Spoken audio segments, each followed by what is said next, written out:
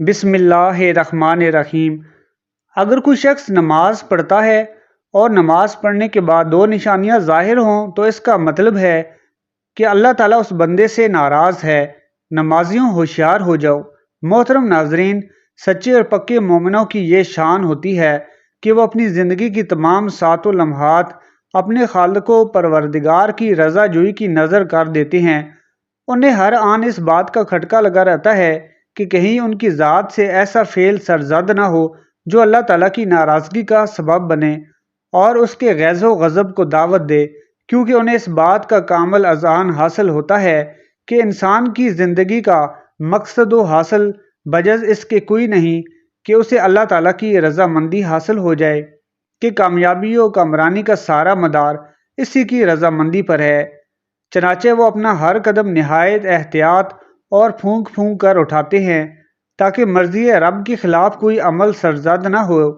اور عبادت و ریاضت، اطاعت و فرمانبرداری میں نہایت جان فشانی کا مظاہرہ کرتے ہیں تاکہ رب کی خوشنودی میسر ہو جائے۔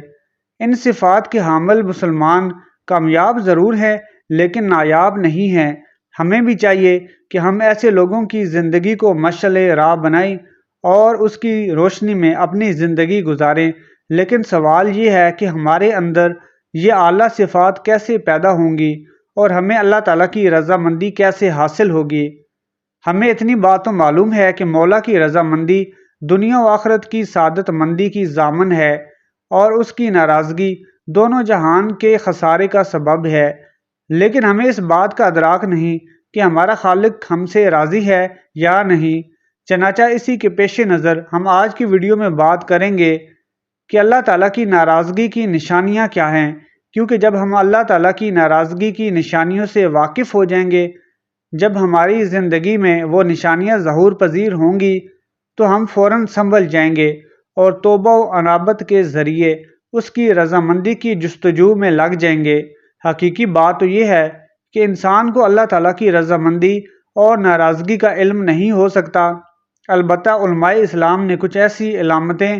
اور نشانیاں بیان کی ہیں جن کا ظہور اگر ہونے لگے تو فوراً ہوش میں آ جانا چاہیے اور رجوع و انابت، توبہ و استغفار اور اطاعت و عبادت میں مستعدی کا مظاہرہ کرنا چاہیے، کیونکہ وہ علامتیں اللہ تعالیٰ کی ناراضگی پر دلالت کرتی ہیں۔ قساوت قلبی کا مطلب یہ ہے کہ انسان انتہائی سخت مزاجی، سخت دلی اور کٹھور پن کا شکار ہو جائے۔ رحم دلی اور نرم مزاجی اس کی شخصیت میں باقی نہ رہے۔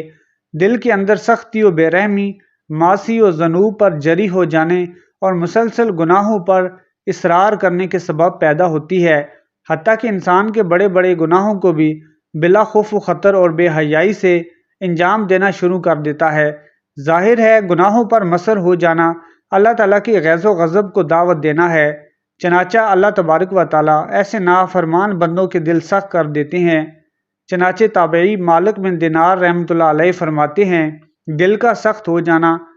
گنہگار کے حق میں سزا ہے، اور دل سے رحم کا مادہ نکل جانا اس بات کی دلیل ہے کہ اللہ تعالیٰ اس شخص سے ناراض ہیں۔ اللہ تعالیٰ جب اپنے بندے سے خفا ہوتے ہیں تو اس سے نعمتوں پر شکر اور آزمائشوں پر صبر کی توفیق چھین لیتے ہیں۔ وہ ہر لمحہ بے چینی و اضطراب، فکر و علم اور بے کلی اور بے تابی میں مبتلا رہتا ہے۔ مال و زر کی بہتات اور آسائش و راحت کے اسباب کی فراوانی کے باوجود بھی اس کے اندر قناعت و صبر کی صفت پیدا نہیں ہوتی ہے،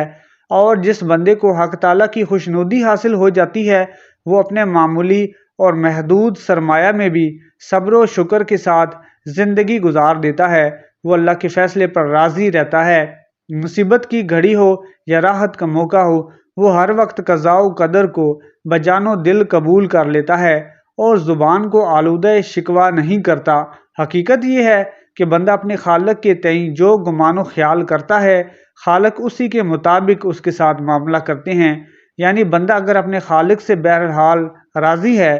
تو یہ بندے سے خالق کے راضی ہونے کی علامت ہے۔ اسی طرح سے اگر خالق کے فیصلوں سے ناخوش ہے تو یہ خالق کے ناراضگی کی نشانی ہے، جیسا کہ مسلم شریف کی روایت ہے، یعنی میرا معاملہ بندے کے ساتھ ویسا ہوتا ہے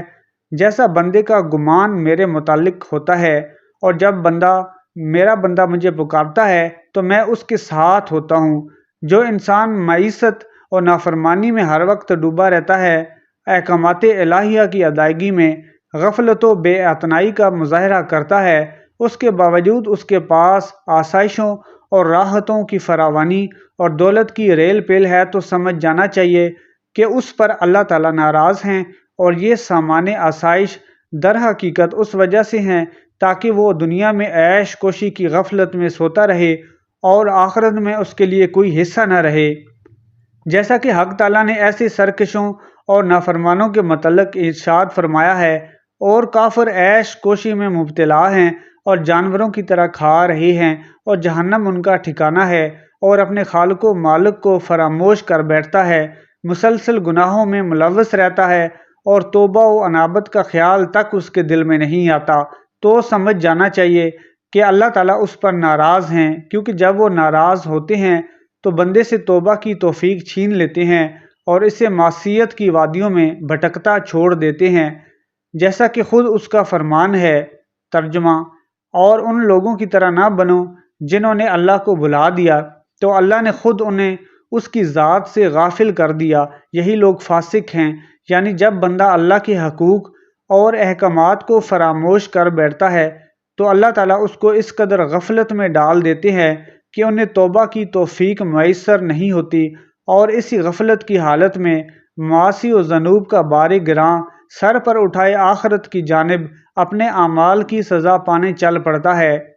اب ذرا ایک مومن کی حیثیت سے ہمیں اپنے گریبان میں جھانکنا اور اپنی زندگی کا جائزہ لینا چاہیے کہ کہیں اللہ کی ناراضگی کی نشانیاں ہماری زندگی میں ظہور پذیر تو نہیں ہو رہی ہیں، اور ہم سے ہمارا پروردگار ناراض تو نہیں ہے۔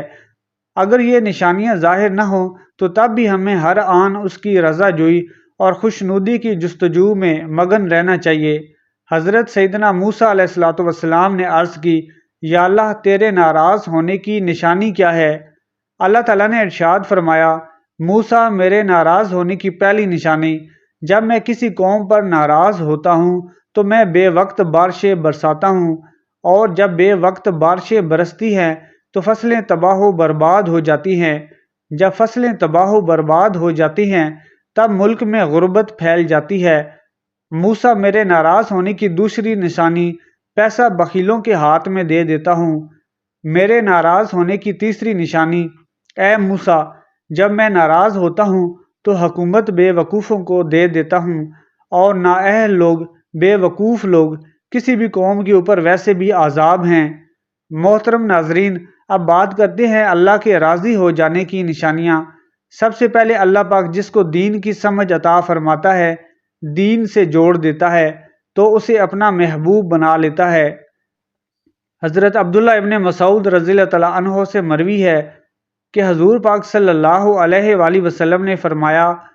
کہ اللہ پاک تمہارے درمیان اخلاق بھی تقسیم کرتے ہیں جس طرح رزق تقسیم کرتے ہیں۔ اللہ پاک دنیا اس کو بھی دیتے ہیں جو اللہ پاک کا محبوب ہو یا نہ ہو،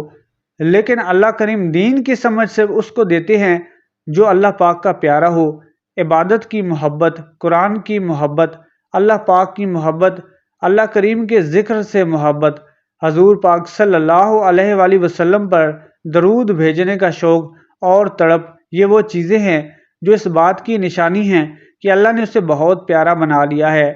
دوسری نشانی، نبی پاک صلی اللہ علیہ وآلہ وسلم نے ارشاد فرمایا،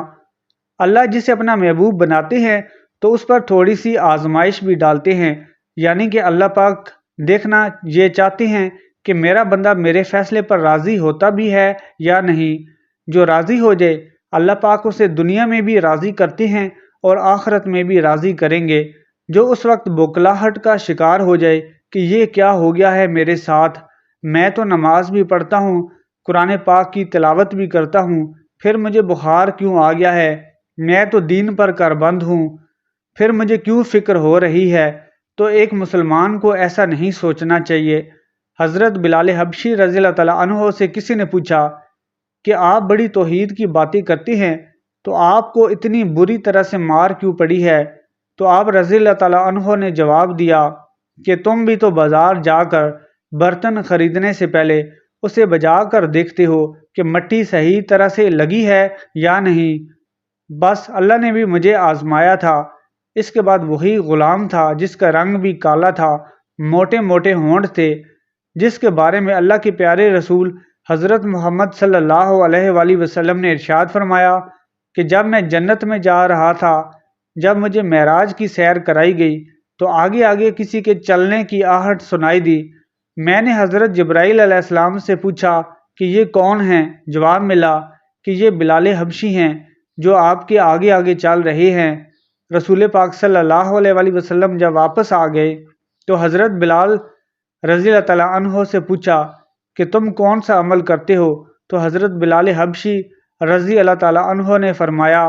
کہ آپ نے ہی تو فرمایا تھا کہ ہر وقت باوضو رہنا، تو میں ہر وقت وضو کی حالت میں رہتا ہوں،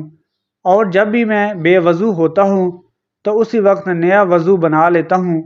اور جب وضو کرتا ہوں تو پھر 2 رکعت نماز بھی پڑھ لیتا ہوں۔ چلتے زمین پر ہیں اور قدموں کی آہٹ جنت میں سنائی دیتی ہے۔ تو آزمائش اللہ کی محبت کی دوسری نشانی ہے۔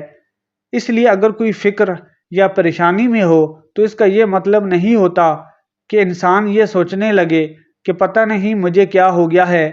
اللہ پاک اپنے پیاروں کو ہی آزماتا ہے۔ تیسری نشانی تو بہت ہی زیادہ خوبصورت نشانی ہے۔ اللہ کریم جب کسی بندے سے محبت کرتے ہیں تو اس کی طرف خوبصورت بدلاؤ لاتے ہیں۔ حدیث میں آتا ہے کہ اللہ پاک جب کسی سے محبت کرتے ہیں تو حضرت جبرائیل علیہ السلام کو فرماتے ہیں، اس کے بعد آسمانوں میں زلزلہ آ جاتا ہے، سب فرشتے بے ہوش ہو جاتے ہیں، اور پھر جب اللہ کے حکم سے سب ہوش میں آتے ہیں تو سب سے پہلے حضرت جبرائیل علیہ السلام کو اجازت ہوتی ہے، تو حضرت جبرائیل علیہ السلام سوال کرتے ہیں کہ ہمارے رب نے کیا فرمایا ہے، اور اس کے بعد خود ہی جواب دیتے ہیں کہ اللہ پاک نے جو بھی فرمایا ہوگا حق فرمایا ہوگا۔ پھر اللہ پاک فرماتے ہیں، جبرائیل آج میں نے اس بندے کو اپنا محبوب بنا لیا، تم بھی اسے اپنا محبوب بناؤ۔ تو حضرت جبرائیل علیہ السلام بھی اس بندے سے محبت کرنے لگتے ہیں۔ پھر حضرت جبرائیل علیہ السلام کو حکم ہوتا ہے کہ آسمان کے تمام فرشتوں کو خبر دے دو، یہ اللہ کا پیارا بن گیا ہے۔ حضرت جبرائیل علیہ السلام آسمان کے تمام فرشتے اور تمام نورانی مخلوقات بھی اس سے محبت کریں۔ 7 آسمان کے کھربوں فرشتے اس سے محبت کرنے لگتے ہیں۔